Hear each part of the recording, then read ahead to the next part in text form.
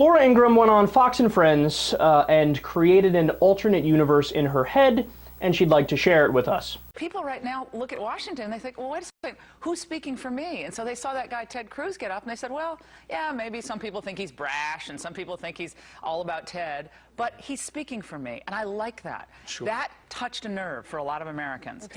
Yeah, Ted Cruz totally speaks for the people. The majority of Americans say just implement Obamacare already. Please, just implement it. 69% of Americans say Republicans are acting like, quote, spoiled children right now. Only 7% of the American people are in favor of doing exactly what the Republicans just did. This strategy of threaten to defund. If they don't defund, then you shut down the government. 7%! That's exactly what Ted Cruz did. Only 7% endorse it.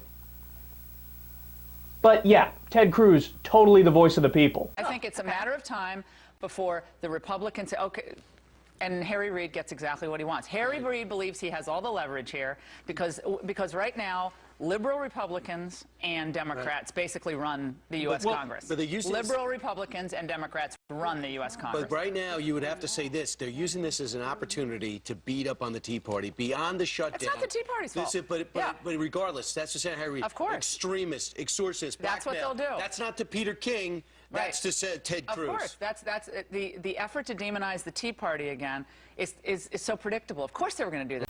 Again, I don't understand why they're even bothering to pretend. Demonize the Tea Party. Nobody's demonizing anybody. They wanted to shut down the government, and they shut down the government. Nobody's doing any demonizing. And I love this because Republicans bragged that they were going to shut down the government, and they said, we're going to stand on principle and shut down the government. And then the second that they actually shut down the government, they turn around and go, damn, Democrats shut down the government.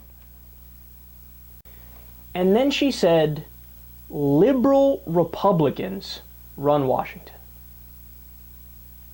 I don't know if there's a single liberal Republican in Congress, never mind running Congress. There's likely 0 of them in total. So here are some facts.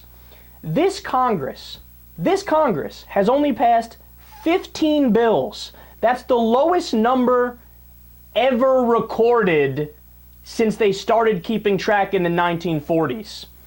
There's been no major legislation passed under this Congress. Most of the bills that did pass are for awarding congressional medals and commemorative coins.